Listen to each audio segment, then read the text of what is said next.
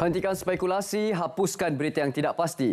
Tak pasti, jangan kongsi. Assalamualaikum, salam sejahtera, salam Malaysia Madani dan salam 4 Syawal.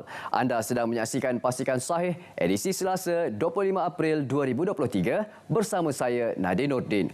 Mohon rakyat Malaysia Madani menggunakan pelitup separuh muka, payung dan topi bagi mengelakkan pendedahan secara langsung terhadap cuaca panas dan jerebu. Juga perlu menghadkan aktiviti fizikal lasak kerana ia boleh meningkatkan risiko penyakit akibat cuaca panas dan jerebu. Ayuh kita mulakan dengan segmen Sahih.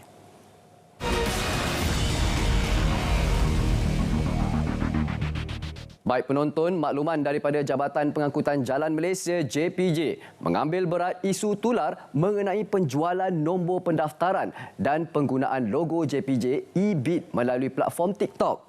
Untuk makluman, jabatan ini tidak mempunyai akaun TikTok seperti @JPJ e-bid official serta mengeluarkan apa-apa risalah berhubung penjualan nombor pendaftaran seperti di akaun tersebut. Penggunaan logo rasmi jabatan tanpa kebenaran adalah suatu kesalahan dan jabatan tidak akan teragak-agak untuk mengambil tindakan tegas terhadap mana-mana individu yang menyalahgunakan logo rasmi jabatan. Orang ramai nasihatkan agar tidak mudah percaya dan menghubungi JPJ berdekatan untuk maklumat yang lebih tepat. JPJ sentiasa komited dalam menguatkuasakan undang-undang berkaitan jalan raya demi kesejahteraan orang awam, khususnya pengguna jalan raya. Adakah anda sedang mencari rumah sewa? Awas dan waspada terhadap skamer yang menyamar sebagai pemilik rumah sewa dan taktik yang diguna pakai adalah skamer akan iklankan rumah sewa yang murah dan cantik. Mangsa kemudiannya terpedaya dan terus menghubungi skamer. Skamer akan meminta mangsa membayar segera wang pendahuluan bagi mengelakkan rumah sewa ditempah orang. Setelah mangsa membuat pemindahan wang pendahuluan, skamer terus menghilangkan diri bersama wang anda. Awas dan waspada selalu. Kini kita ikuti kenyataan media Setiausaha Polis Malaysia berkenaan tangkapan pemilik akaun Facebook Indra Mulia kerana menghina Sultan Johor. Pihak PDRM telah berjaya membuat tangkapan pada 24 April seorang lelaki warga tempatan di Puchong turut merampas beberapa barangan dan suspek dipercayai memuat naik hantaran berunsur penghinaan pada 20 April 2023. Kes disiasat di bawah Seksyen 4-1 Akta Hasutan 1948 kerana mendatangkan kebencian atau penghinaan terhadap mana-mana raja atau kerajaan dan Seksyen 233 Akta Komunikasi dan Multimedia 1998.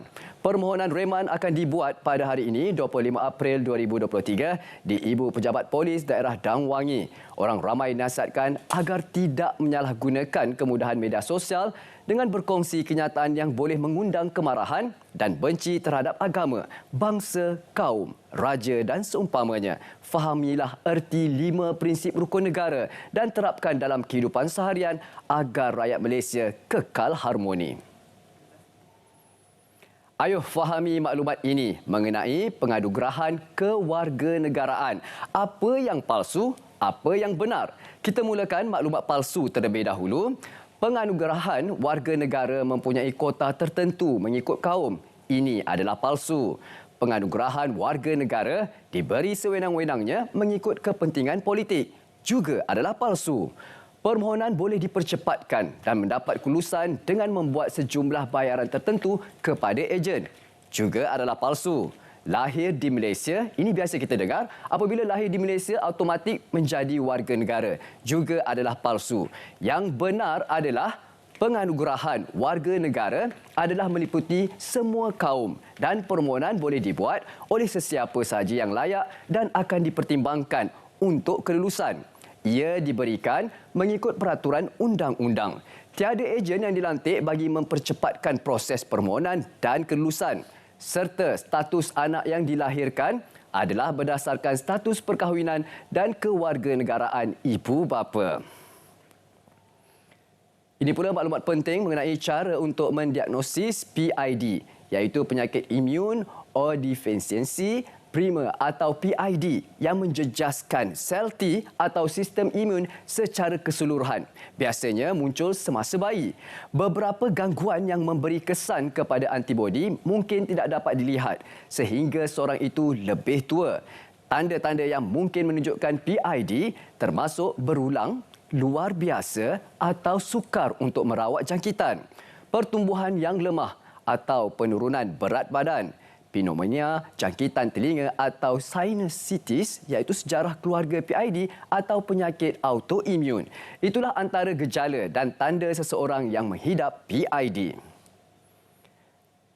Berita baik buat pengguna pakej prabayar kuota internet tambahan percuma dan pulangan tunai sempena Hari Raya Aidilfitri. Seperti yang dapat kami kongsikan ini, anda boleh mendapatkan maklumat lanjut mengenai infografi ini di Facebook page rasmi Berita RTM.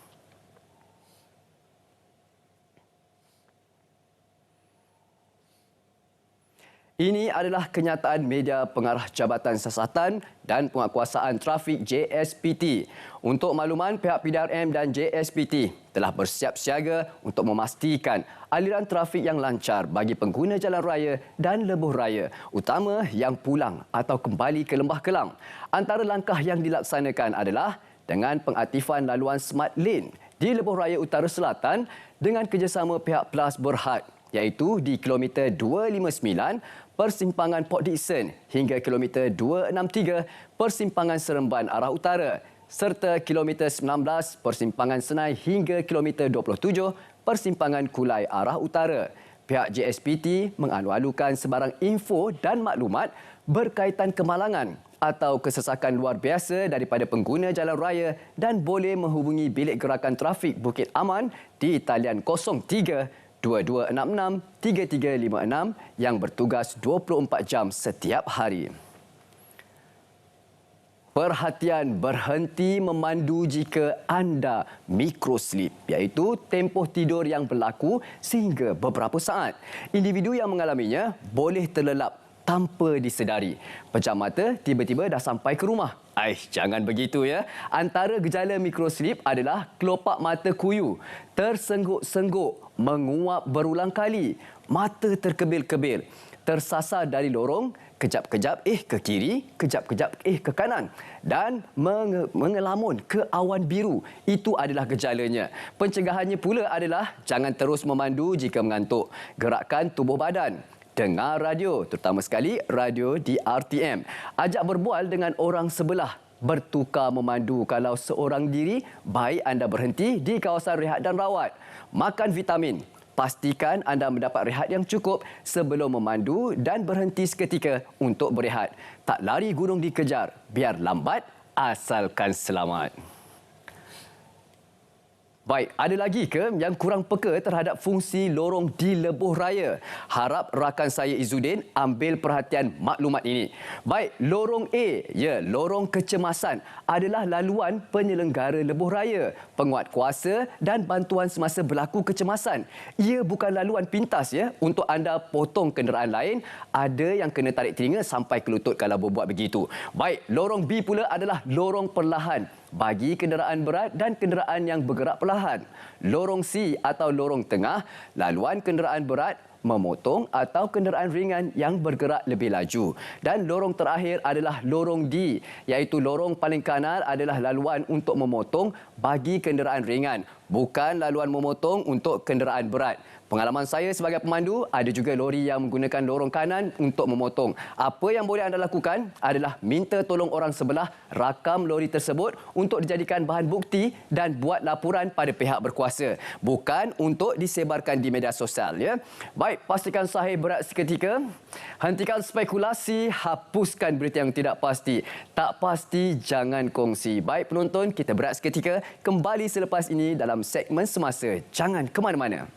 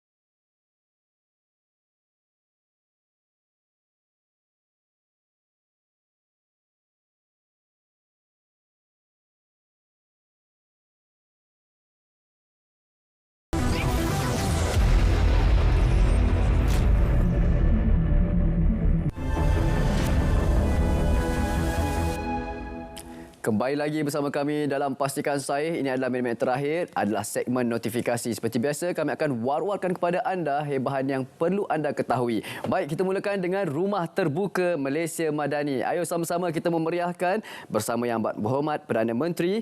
Ya, pada 29 April kita dapat saksikan, iaitu pada hari Sabtu 2023 di Hotel Raya, iaitu Raya.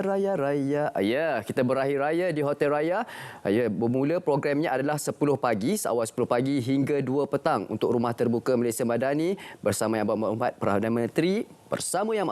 Menteri pada 29 April. Manakala bagi 6 Mei 2023, iaitu hari Sabtu juga, di UiTM Permatang Pauh. Jadinya program bermula pada 11 pagi hingga 2 petang. Pada 7 Mei 2023, Wisma Majlis Bandaraya Seremban 10.30 pagi hingga 3 petang. Untuk maklumat lanjut, anda boleh layari laman sesawang www.malaysiamadani.gov.my. Ini pula adalah pengetahuan umum. Ya, jerebu jadinya apakah jenis pelitup separuh muka yang perlu kita pakai adalah jenis N95. Kebaikannya adalah tahap virus yang dapat disekat adalah 95%. Bakteria untuk disekat adalah 100%. Habuk 100% dan juga debu juga adalah 100%. Pelitup muka ini boleh diulang pakai sehinggalah didapati terdapat koyak atau rosak atau kesan kotor di bahagian dalam topeng. Dan ini pula adalah pertandingan video pendek ucapan kreatif Selamat Hari Guru. Ya, terbuka kepada pelajar sekolah rendah dan pelajar sekolah menengah. Tempoh penyertaan 24 April hingga 12 Mei 2023. Hadiah kategori sekolah menengah anda dapat saksikan. Tempat pertama adalah RM1,000 dan juga hadiah kategori sekolah rendah berpeluang tempat pertama RM800. Hentikan spekulasi, hapuskan berita yang tidak pasti, tak pasti jangan kongsi. Pastikan Sahih sampai di sini saja. Untuk dapatkan maklumat, berita terkini yang tepat dan sahih, anda boleh ikuti media sosial rasmi kami seperti di Facebook, Instagram, Twitter dan juga YouTube dengan carian Berita RTM. Assalamualaikum, salam sejahtera dan salam Malaysia Madani.